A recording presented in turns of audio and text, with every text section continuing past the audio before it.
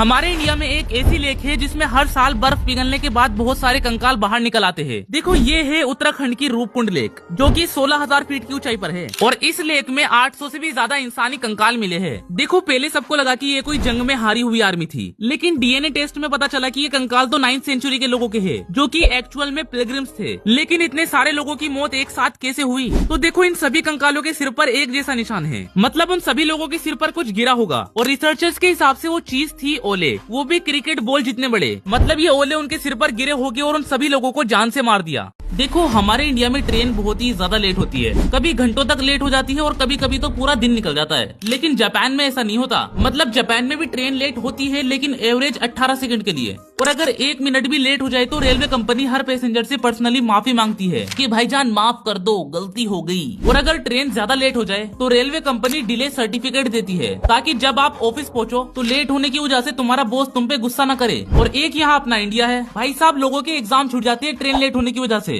क्या तुम्हें पता है कि तुम्हारा ही दिमाग हर दिन तुम्हें थोड़ा धोखा देता है? रुको मैं समझाता हूँ। Fact 1, memory is unreliable. तुम्हारी यादें परमानेंट नहीं होती। हर बार जब तुम किसी पुरानी चीज को याद करते हो, तुम्हारा दिमाग उसे थोड़ा एडिट करके दोबारा दिखाता है। मतलब जो सच में हुआ था वो हर बार थोड़ा बदल जाता है। इसलिए अगली बार अगर कोई कहे ऐसा तो हुआ ही नहीं था, तो पक्का दोनों की मेमोरी ने अपनी अपनी एडिटिंग की है। Fact 2, information overload, stress. आज के टाइम में इंफॉर्मेशन हर जगह है, रील्स, न्यूज, मैसेजेस हर जगह, पर तुम्हारा ब्रेन सब कुछ हैंडल नहीं कर सकता। चाहे अच्छी चीजें देखो या बेकार, बहुत ज्यादा देखने से दिमाग थक जाता है, डिसीजन फटीग होता है और फिर ऐसा लगता है कि पहले वाले दिन ज्यादा सुकून में थे जब इतना सब पता नहीं था। Fact 3, brain remembers stories not facts. Facts भूल जाते हैं पर स्टोरीज हमेशा याद रहती है। इसलिए तुम्हें स्कूल की यादें याद है, वो क्लास बंक करना, वो लड़ाई झगड़े, वो हंसी मजाक, लेकिन फॉर्मूले सब उड़ गए। क्योंकि साइकोलॉजी समझना मतलब अपने दिमाग को समझना। ऐसे ही माइंड ओपनिंग फैक्ट्स के लिए फॉलो करो, क्योंकि स्मार्ट बनना तुम्हारे ही हाथ में है।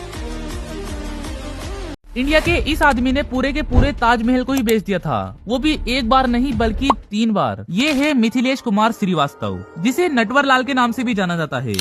इसके अंदर एक स्पेशल टैलेंट था कि ये किसी का भी सिग्नेचर कॉपी कर सकता था, और अपने इसी टैलेंट से इसने ताजमहल को 3 बार बेच दिया था। इसी के साथ लाल किले को 2 बार बेच दिया था, एक बार राष्ट्रपति भवन को, और एक बार तो इसने पार्लियामेंट हाउस को ही बेच दिया था, वो भी सभी के सभी एमपीज के साथ। इस आदमी को पूरे 100 साल की सजा मिली थी, लेकिन ये जेल से ही भाग गया, एक बार नहीं बल्कि 8 बार। जैसे ही तुम कुछ भी ठंडी चीज खाते हो, वैसे ही तुम्हारा दिमाग ठंडा हो जाता है और तुम्हारे सिर में बहुत तेज दर्द होने लगता है ना? लेकिन ऐसा होता क्यों है? तो देखो इसे बोलते हैं ब्रेन फ्रीज, और ये तब होता है जब तुम कोई भी ठंडी चीज खाते हो और वो चीज तुम्हारे मुंह के ऊपर वाले हिस्से को टच करती है और मुंह का ऊपर वाला हिस्सा ठंडा हो जाता है, जिससे उस जगह की नसें सिकुड़ जाती है और दिमाग पैनिक हो जाता है। दिमाग को लगता है कि बॉडी फ्रीज हो रही है और बॉडी को गर्म करने के लिए वो ब्लड को तेजी से पूरी बॉडी में भेजता है, और इसी तेज ब्लड सर्कुलेशन की वजह से तुम्हारे सिर में दर्द होने लगता है। और इससे बचने का सिर्फ एक ही तरीका है कि अपनी जीभ को ऊपर वाले हिस्से पे चिपका के रखो। हमारा इंडिया किन चीजों में नंबर 1 पे आता है?